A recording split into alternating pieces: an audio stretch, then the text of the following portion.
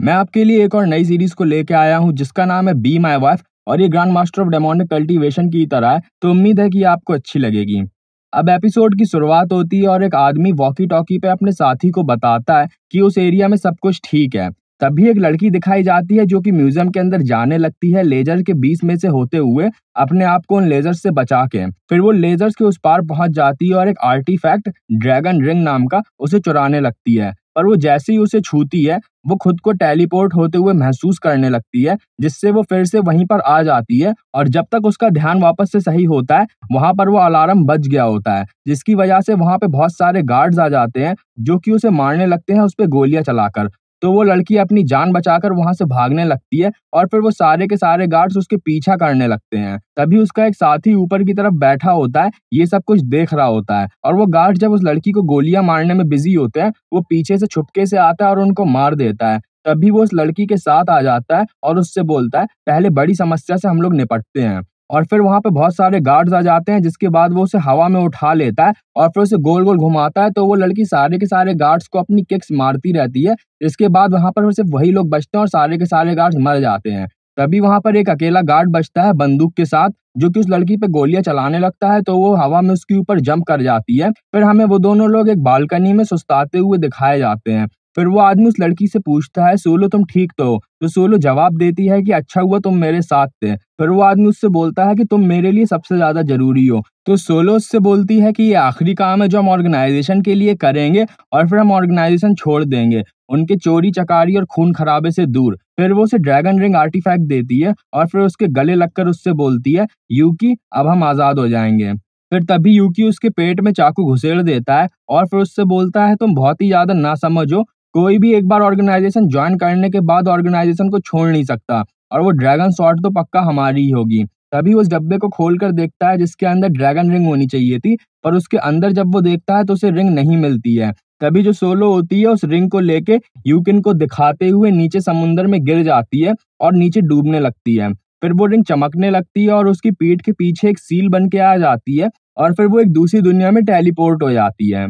और फिर एक आदमी दिखाया जाता है जिसको एक जोर का बिजली का झटका महसूस होता है और वो बोलता है, लगता है स्पेस और टाइम में बदलाव हुआ है। फिर वहां पर बहुत सारे डीमन डॉग्स आ जाते हैं उससे लड़ने के लिए, जहां पर उस डीमन डॉग की आर्मी का लीडर उन लोगों से उन पे अटैक करने को बोलता है। तभी वो आदमी गोल गोल घूम के एक थंडर स्टॉर्म अटैक करता है और फिर सब लोगों को एक ही बार में वो मार डालता है। इसके बाद वहां पर एक पेपर मैन बचता है जो कि भस्म हो जाता है। फिर उस आदमी के हाथ से एक बैगनी रंग की एनर्जी निकल रही होती है और वो थोड़ा बहुत घायल भी हो गया होता है। तभी वहां पर एक लड़का आता है जो कि बोलता है, आपसे लिंग फैंग माफी मांगता है लेट होने के लिए।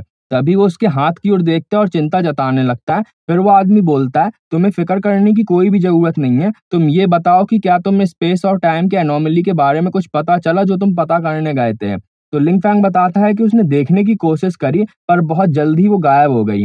तभी वो आदमी लॉन्ग एक अपने यूनिकॉर्न को बुलाता है और उस पे बैठकर फटाफट वहां से चला जाता है। अब सोलो डूब रही होती है और उसको पानी में से आवाज आ रही होती है एक लड़की के चीखने की, जो कि उसे पुकार रही होती है, मिस आप मर नहीं सकती, ये कह के। तभी सोलो सोचती है क्या वो लड़की उसी को पुकार रही है, और फिर तभी उसका सर पानी से बाहर निकाल लिया जाता है और उसको कुछ गार्ड्स पकड़ के खड़े होते हैं। तभी एक लड़की उसके पास आती है और उससे बोलती है, तुम अभी भी जिंदा हो? मुझे लगा था कि तुम्हारा सर आधे एक घंटे तक पानी में डुबोए रखने के बाद तो तुम्हारी जिंदगी तुम्हारा साथ छोड़ ही देगी, पर चलो अब मैं तुम्हारे साथ दूसरे तरीके से खेलती हूँ। तभी वो उसे कोड़े मार के उसके ऊपर पानी की बाल्टी गिरा देती है और फिर उससे बोलती है, तुम पे कोई स्पिरिचुअल पावर्स तो है नहीं और फिर भी तुम प्रिंसेस के लिए मुझसे लड़ोगी। अब सोलो अपना चेहरा नीचे पड़े हुए पानी में देखती है और अपने आप को उन कपड़ों में देखकर सोचती है कि उसने भला ऐसी ड्रेस कब पहन ली। तभी वो दूसरी लड़की उससे बोलती है, बहन होने की वजह से मैं तुम पे एक एहसान करती हूँ और तुम्हें इस बार सच में जान से मार डालती हूँ। और फिर वो उसको एक कोड़ा मारती है और तभी सोलो को उस लड़की के साथ क्या क्या हुआ था याद आने लगता है कि कैसे उसकी बहन ने उसे मारा, फिर उसके सर को पानी में डुबो दिया ताकि उसकी मौत हो जाए। जो देखकर सोलो बहुत ही ज्यादा गुस्सा करते हुए समझ जाती है कि ये उसकी लड़की की यादें हैं, जिसके मरने के बाद उसकी आत्मा उसके शरीर में आ गई। तो वो सोचती है कि इस लड़की को वो न्याय जरूर दिलवाएगी, और फिर ये सोचते हुए उसकी बहन की ओर बहुत गुस्से से देखती है, जो देख के उसकी बहन हल्का घबरा जाती है और सोचती है कि इसकी आंखों में अचानक से ये पैनापन कैसे आ गया। तो वहां से जाने लगती है अपने गार्ड्स को ये कहते हुए कि मैं इसे तुम लोगों के हवाले छोड़ रही हूँ, तुम्हें इसके साथ जो करना है वो करो। फिर वो गार्ड्स उस लड़की को बाहर ले जाते हैं जो कि सोलो को पुकार रही होती है। फिर अंदर की तरफ एक गार्ड उसके पास आता है और उससे बोलता है, तुम पे कोई स्पिरिचुअल पावर्स तो नहीं है, पर तुम्हारा शरीर बहुत ही टेस्टी लग रहा है। और फिर इतना कहने के साथ ही वो उसके ऊपर अपना हाथ बढ़ाने लगता है उसे छूने के लिए, तो वो उसका हाथ पकड़ती है और बोलती है, मैं तुम्हारे साथ जरूर खेलूंगी। और फिर उसी के साथ साथ वो उसकी उंगलियां तोड़ देती है और फिर उन पे अटैक कर देती है। अब बाहर जो लड़की बैठी होती है वो रो रही होती है, अंदर उसके साथ क्या क्या हो रहा होगा ये सोचकर। तभी बाहर गार्ड्स को अंदर से गार्ड्स के चीखने की आवाज आती है, तो वो मदद करने के लिए गेट खोलकर अंदर पहुंचते हैं, जहां पर सोलो उस आदमी का हाथ पकड़कर खड़ी होती है, फिर बाद में उसका कंधा तोड़ देती है। ये देखकर सारे के सारे गार्ड्स को बहुत ज्यादा गुस्सा आता है और सारे के सारे गार्ड उसके ऊपर एक साथ अटैक कर देते हैं। तब वो कुछ गार्ड्स को किक्स मारती है और कुछ गार्ड्स को पंचेस, और पंच मारते वक्त तो सोचती है कि ये शरीर तो बहुत ही ज्यादा कोमल है। पर तभी उसे चक्कर आने लगता है और एक गार्ड उसे स्टिक से मारने की कोशिश करता है, जिसको वो बहुत ही आसानी से डॉच कर देती है। पर तभी पीछे से दूसरा गार्ड उसकी ओर चाकू मारता है, जिसको वो अपने हाथी से पकड़ लेती है। और तभी उन गार्ड्स के ऊपर कोई इलेक्ट्रिक एनर्जी से अटैक करता है और वो सारे के सारे वहीं मर जाते हैं।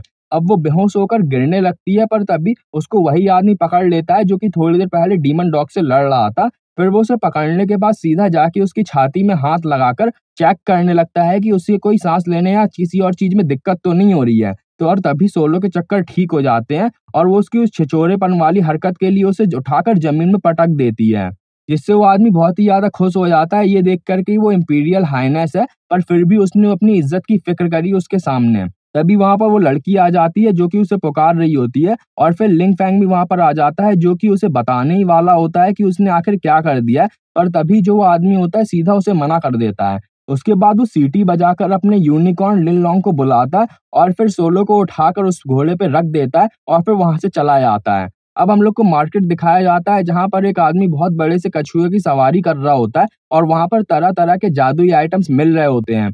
यूनिकॉर्न पे सवार होकर ऊपर की तरफ से वो सारी की सारी चीजें सोलो देख रही होती है और फिर वो इंपीरियल हाइनेस के गले में लॉक लगाकर उसे धमकाते हुए पूछती है, ये आखिर कौन सी जगह है जहां पर तरह तरह के मॉन्स्टर्स और जादुई आइटम्स वगैरह मिल रहे हैं, और तुम आखिर मुझे कहाँ लिए जा रहे हो, मेरे साथ करने क्या वाले हो। तो इंपीरियल हाइनेस उससे बोलता है, मैं तुम्हारी बहादुरी की तारीफ करूं या तुम्हारी बेवकूफी पे हंसूं। तुम्हें दुलोंग किंगडम के नियमों के बारे में नहीं पता है कि कल्टीवेशन प्रैक्टिनर्स पर बार बार जानबूझकर अटैक करने वालों को मौत की सजा होती है। तो सूलो उससे बोलती है, तो वरना मैं क्या तुम्हारी छिछोरों वाली हरकतों को सहती रहूं। जिसपे वो बोलता है कि तुम मुझे बार बार छिछोरा बोल रही हो, लगता है मैं तुम्हारी उम्मीदों पे खरा नहीं उतरा।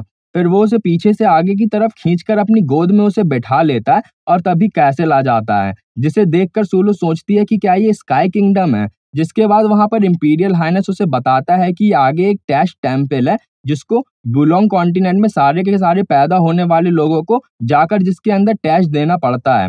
फिर वो उसे अंदर ले जाते हुए बताता है कि उसने 5 साल की उम्र में ये टैश दिया था जब उसके अंदर टैलेंट 0 निकला था, पर अब वो इतनी बड़ी हो गई है और दोबारा से टैश दे रही है, तो शायद इस बार रिजल्ट में कुछ बदलाव हो जाए। फिर इंपीरियल हाइनेस उसे सामने चमकते हुए एक गोले को पकड़ने के लिए बोलता है, तो वो घबरा रही होती है, जिसपे इंपीरियल हाइनेस उसका हाथ पकड़कर खुद ही उसके ऊपर रख देता है। तो उस टेम्पल में से आवाज आने लगती है, जिससे सूलो सोचने लगती है तो यहाँ पर आर्टिफिशियल इंटेलिजेंस भी है, वाह। उसके बाद टेम्पल में से आवाज आती है कि टैलेंट्स 5 एलिमेंट में डिवाइडेड है, विंड, थंडर, वाटर, वुड और फायर, और कल्टीवेशन करके फेम और फॉर्च्यून कमाने के भी 7 लेवल्स हैं, जिनमें से जो रेड होता है वो सबसे ज्यादा लोएस्ट है और पर्पल सबसे ज्यादा हाईएस्ट है। तभी टेम्पल में से आवाज आती है कि इसके अंदर 0 टैलेंट है, जिसपे जो इंपीरियल हाइनेस होता है वो हल्का अफसोस करता है। तभी जो सोलो होती है वो सोचती है कि इतना ज्यादा कोमल शरीर है, पक्का इसमें कोई टैलेंट नहीं है, ये तो कंफर्म है।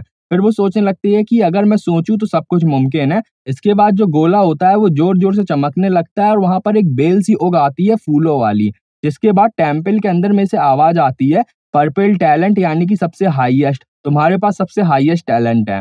फिर उस बेल में आग लग जाती है और उसके जलने के बाद एक आग की लपट उड़ती हुई इंपीरियल हाइनेस के पास आती है, जिसे देखकर इंपीरियल हाइनेस समझ जाता है और बोलता है कि इसमें तो स्पेस की पावर है। और फिर वो जैसे ही पीछे की तरफ मुड़ता है सूलो को खुशखबरी देने के लिए, तभी वो सूलो को हवा में उड़ता हुआ पाता है, जहां पर वो हवा में उड़ रही होती है गोले पे हाथ रख के, और गोला भी उसी के साथ साथ उड़ रहा होता है और गोला जोर जोर से चमक रहा होता है।